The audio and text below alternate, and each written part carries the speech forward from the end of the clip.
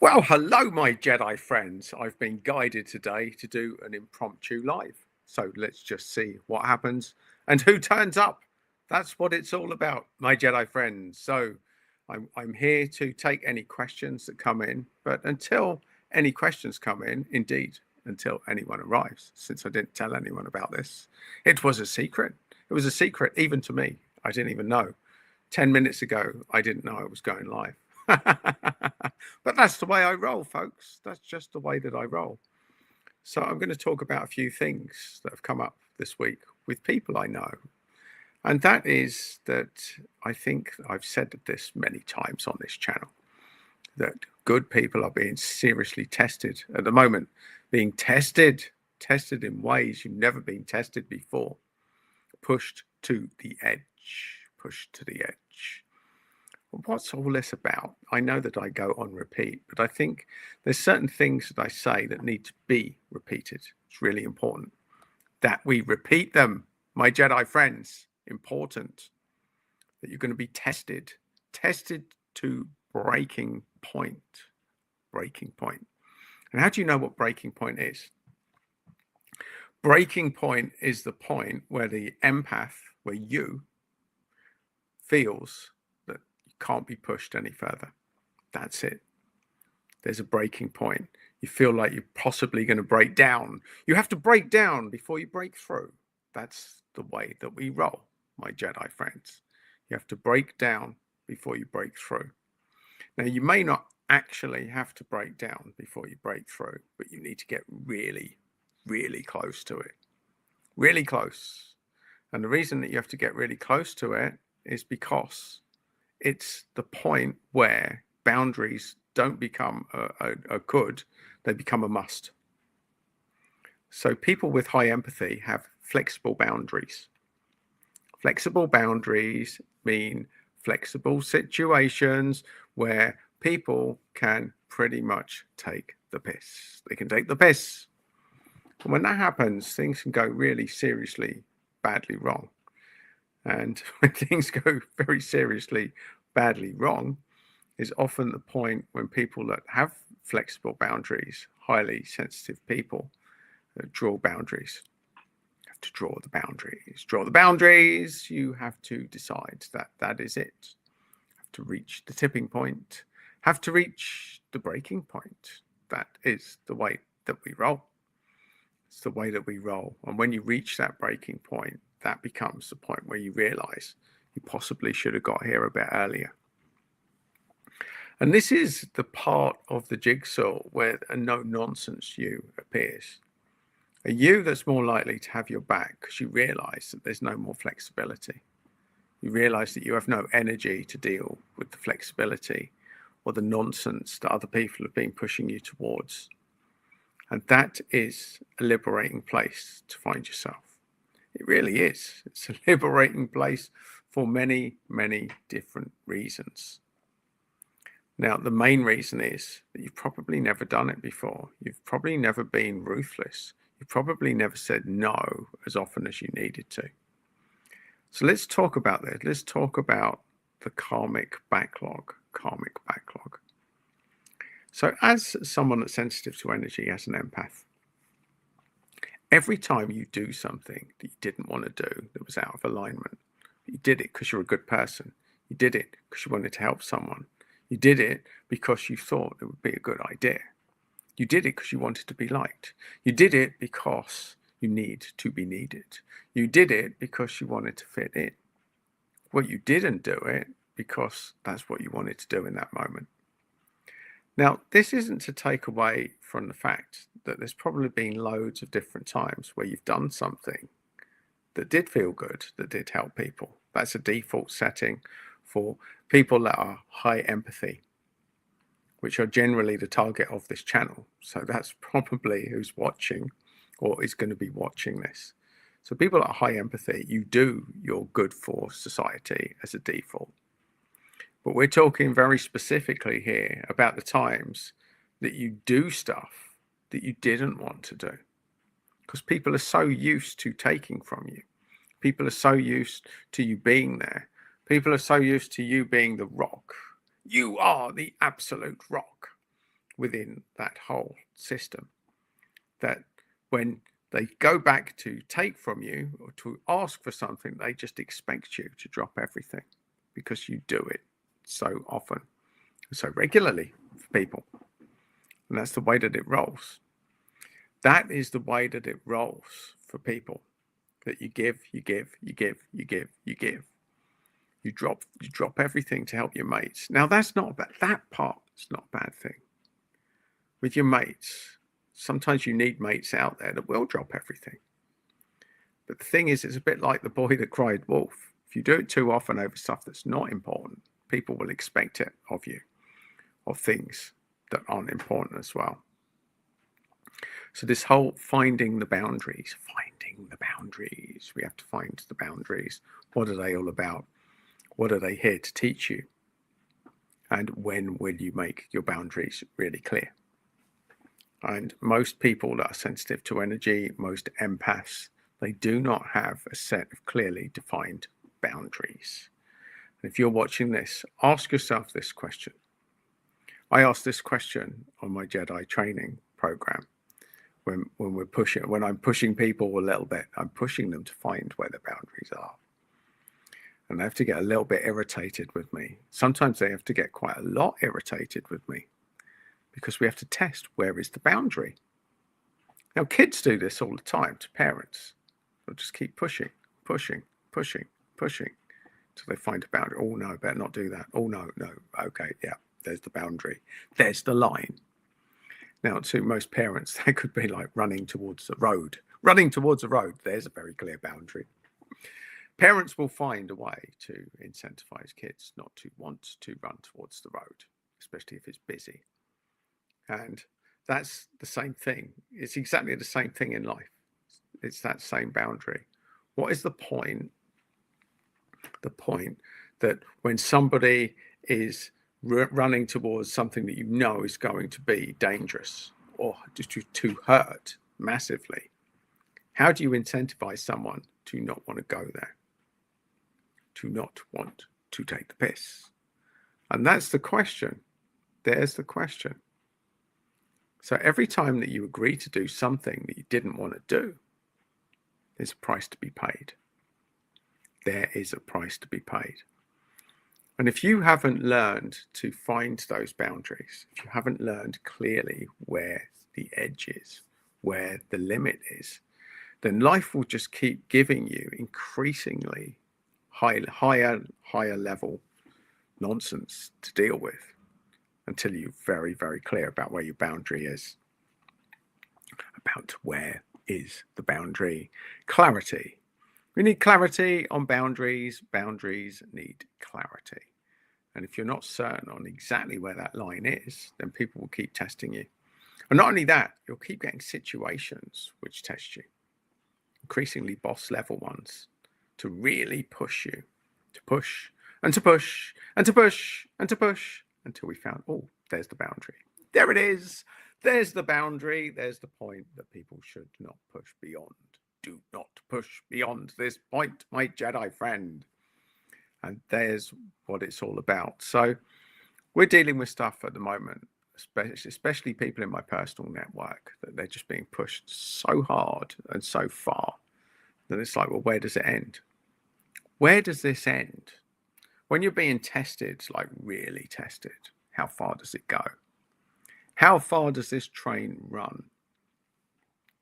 And what I found, certainly in certain situations, especially when we're dealing, let's take boss level now, and where people with highly sensitive dispositions, empaths, good people, where the limit usually is, that you need to find a narcissist in your life to press it. Because a narcissist will just keep pressing and pushing until you find your boundary or not.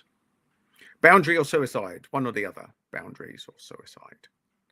Because if you let people keep encroaching on your boundaries, people keep taking, and you know there's no clearly defined boundary, and there's no clearly defined incentive to not push beyond the boundary. And this is what we're talking about here. Boundaries is one thing. Now that's people talk about boundaries. What is it? but it's about the incentivization of making people seriously know that there's a point that they shouldn't push beyond. And the reason they shouldn't push beyond it is because there's pain involved. And there can only be pain involved if you're the one that's dishing out the pain, which is the complete different skill set that empaths need to deal with this nonsense. It's almost polar opposite. It's polar opposite. Then that's what we're dealing with. So many good people, so many empathic people, so many people that help people, good people, are being encouraged to awaken. And part of awakening is this acknowledgement that you have to put your own needs first. Now, for a narcissist, that's a default setting. Their needs are always first on their radar. They don't suffer this problem. They suffer the complete opposite problem. This is why narcissists and empaths are drawn together like a moth to a flame. We're drawn to people that have the polar opposite energy than us so that we can become a little bit more like them. It doesn't mean be like them, but it means that the trait that they're alpha at is the trait that the person on the other end of the scale needs a little bit more of. So an empath needs a little bit more of putting themselves first, in the same way that what the narcissist really needs, not that they want this at all, but what they really need is the ability to put others first. Now, the narcissist actually will never want that. But what they will want is learning more how to do it well. Because of the sinister disposition they have of pretending to be your friend. And this is why narcissists and empaths are drawn together, to learn from each other. Now, it's really important to get this distinction. This is the empowering way of looking at it rather than the victim way.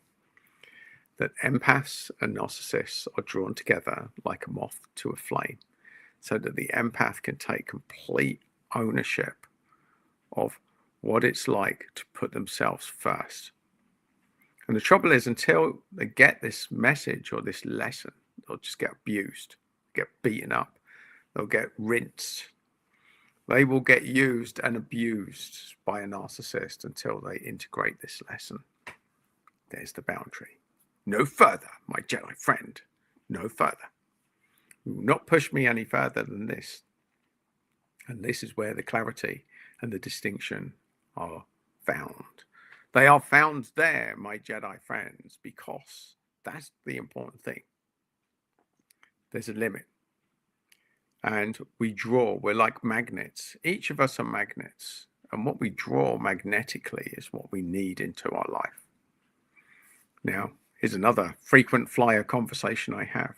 What you need is very rarely what you want. Oh, explain that, Adam, explain that. It makes no sense. It makes no sense. So if any of my regulars are watching this, it will make perfect sense because I've talked about this on numerous occasions. Numerous occasions have I talked about this. But the point being, if we knew what we needed, if what we wanted was what we needed, we would have been heading towards it, we would have got it. Because the universe is there to give you what you need.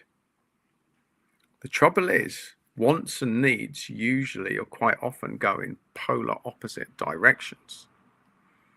And this is where people that are sensitive to energy, empaths, can get lost. Because doing good for others can be a central focus.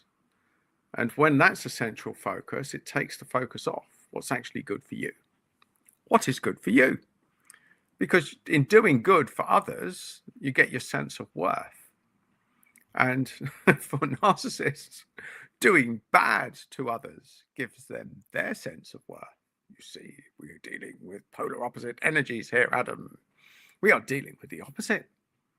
And that's why often they're drawn together. Because an empath needs boundaries, like a narcissist needs empathy.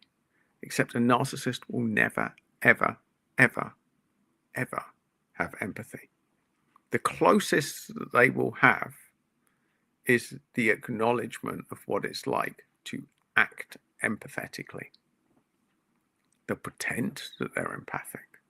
They're very sensitive when you upset them. Oh, you'll think, oh, they've definitely got a sense of conscience. Look, they get upset. They're sensitive. And narcissists can appear sensitive. They're only sensitive when it's them at the center of it. And they're very sensitive. Oh, very sensitive to energy. Look at me. I'm sensitive. I'm a sensitive narcissist. But they'll never be sensitive to you, my Jedi friends. They will never, never, never, never. And that is where the lessons lieth. It's where they lieth. So boundaries, really important. We are magnets. Energy is like a magnet. It's always drawing stuff in. And this is when I work with people, we have to set all of this. Quite often, the first thing you have to work on is resetting your energy field. Because if you don't learn how to do this, it's going to cost you everything eventually. It's going to cost you everything.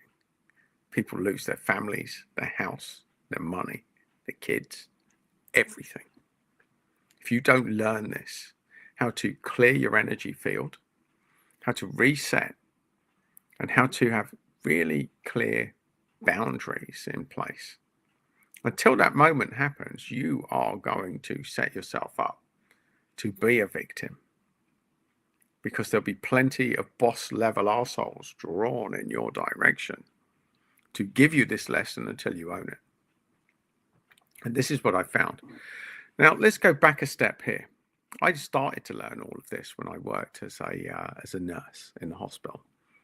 And I was often dealing with people who'd had like serious health conditions, serious stuff, like strokes, heart attacks, newly diagnosed cancer. So these were in a medical ward, in a medical admissions ward. You see this a lot. People come in for a few painkillers. Oh, I've got a bit of pain. Or, oh, my chest hurts a little. Oh, I've lost use of one side of my body. They come in and they just want to know what's wrong. How do I fix it? And what they fail to acknowledge the whole time is the stress that's led up to them having it, and the situations that have gone unaddressed that have led them there. So I had to reverse engineer everything that I know. People that had heart attacks, let's start there. This is why I'm called the heart guy. There you go. Here's a little thing. I'm called the heart guy because the way that I look at heart disease is unlike anyone else in the medical establishment. Because people used to come in when I worked in a cardiac care ward, they used to come in. It's like, what caused this? There were no warning symptoms. I used to hear this a lot. No warning symptoms. There were no warning symptoms, Adam. None. Didn't have any warning. And I used to look back, I used to ask people questions about what led up to them being there. And what I found over time, after working with Reiki, I had this epiphany about what causes ill health. And I went to test it on a coronary care ward. I started asking people questions. What led you to coming up here? And what I found was a lifetime of symptoms that can lead to heart disease. And the warning signs happen really early, especially for people that are highly sensitive, for empaths. So what I used to do is I'd take people to the final. We'd start right at the end and then work our way back. I would do anyone that's had a heart attack, cancer, or a stroke, you can tick at least conservatively 80% of these. Would tick 80% of these things. People that have had heart attacks, strokes, cancer. So just before they've come in certainly in the 6-month lead up, they've had palpitations. You feel your heart just do this. You don't know what it is, and then it stops and you ignore it. Final written warning. That's what that is. Or the other one is short stabbing chest pains. It's like someone's got a needle and they're driving it in to the left side of your chest. And it's really sharp. It gets your attention. You think that's not right. And then it goes. And then you forget it. That's the final warning system of your heart to say that this has got completely out of control. The next stop shop is a heart attack that you may not survive. So that's the final warning. Palpitations, stabbing chest pains. That's the final written warning. Go back a step. The medical symptoms that are always in place, or quite often: hypertension, diabetes. So these are advanced stage medical things that happen when you're not getting this, when what you want and what you need don't align. So there would be the advanced stage medical symptoms that lead to this stuff. Then you go back a step, a little bit further. And what you find, and these are the two frequent ones, these are the ones that go on for the longest. It's feeling stuck. And the two situations people get stuck in are loveless relationships. That's the first one. So usually the excuses people use for loveless relationships: we're in the relationship for the kids. We're in it for the kids, folks. That's what they tell themselves. Or they've got the mortgage, they couldn't afford to move out. There are 100 different reasons people use for staying in loveless relationships, where they hate going home. There's no love in the house. It's awkward. So people get stuck in that, and that causes heart problems. Because they don't piece that together while they're in it. And the other one is getting stuck in jobs. Getting stuck in a job, you can't afford to leave. You hate your job. You hate your boss. Can't afford to leave. I can't afford to leave it. These are two frequent flyers that are always, I'm going to say always. One of these two is always in place with someone that's had a heart attack or a stroke or cancer, newly diagnosed cancer. They've been living with that for years, and it's taking its toll on your heart. Let's go back a step to that. So there'll be always a challenging relationship with at least one close family member. And that's mother, father, brother, sister, son, and daughter. There'll be a really strange relationships in one of those areas. And right back at the root cause, my Jedi friend, is your relationship with yourself. That is at the beginning. That's where it all begins. So there's a set of symptoms that will lead you as certain as you like to a heart attack. Every single person that I spoke with on a cardiac care ward, newly diagnosed cancer patient, or people that just had a stroke, if they could talk to me, I would go through this list of symptoms, and it would be like a tick box exercise. Yes, that's me. Yes, that's me. Yes, that's me. And the question that I'd always say when people say, there were no warning symptoms, nothing warned me of this, there was nothing. They'll tell me that there was nothing in place warning them of what they had. And here's the question that they could always answer straight away. What's happened in the last 6 months that's caused you elevated amounts of stress? I ask that question to anyone that's had a heart attack. They can answer it straight away. Straight away. So elevated stress and heart disease, cancer, or strokes are inextricably linked. And this is what I found in my time in the NHS working as a nurse. And the reason I left the NHS, apart from the fact I was out of alignment with everything that they were teaching me, was the fact that I thought, if I can get to people earlier, I could save them a world of pain. Because I have the ability to work out how close someone is to having a stroke, having a heart attack, or getting cancer. Fact. Now, I have to say, for legal reasons, it's not medical advice. No, consult your doctor, consult your doctor. That lunatic thinks he knows better than the NHS. Well, I'll let you decide on that, my Jedi friends. But the fact is that this is what I found from working at the front line on medical wards and coronary care wards and working with energy throughout that process, is that these are the issues that people face. They're the issues that people face, and for empaths, quite often, it's boundaries. And if you're caught in a toxic job or relationship and you've got no boundary, then there lieth the problem, my Jedi friends. There lieth the problem. So there you go. I think on that bombshell, I'm probably going to sign off on this one, my Jedi friends, because I believe that I've given you plenty of food for thought. Plenty of food for thought. And what I would say is, if you are stuck in this, then it may save your life to chat to somebody like me. to do a little bit of coaching, to get a few boundaries in place, to seriously review your life, to have a total energy reset. And I've got the tools, the capability, and a lifetime of experience of doing this, of over 30 years of working directly with people in this area, that I know what I'm doing. And that's how I help people. That's how I help people. So if you're watching this and that's you, and you can feel this tsunami coming, then you either need to take control of your own energy, reset your energy, put your boundaries in place, and do what needs to be done. Or if you don't have the capacity to do all that on your own, then you need to find somebody that can help you for your sanity and quite possibly your life. Because if all of this remains unchecked, it may not happen today, it may not happen tomorrow, it may not even happen next month or next year, but it will happen as sure as day. If you're stuck in a toxic job or relationship, or you're feeling trapped, or you're feeling stuck, or you're feeling disempowered, or you're feeling that life is against you, then if you don't get help, it will kill you. There is no good way. There's no nice way to put it. There's no nice way to put it, my Jedi friends. This is as serious a topic as you can actually get.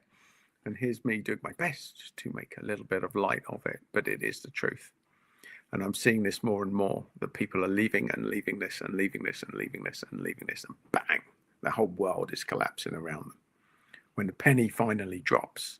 Now, it was my aim to try to do my best to try and empower people, to catch them earlier so they didn't have to have a stroke, a heart attack, or cancer.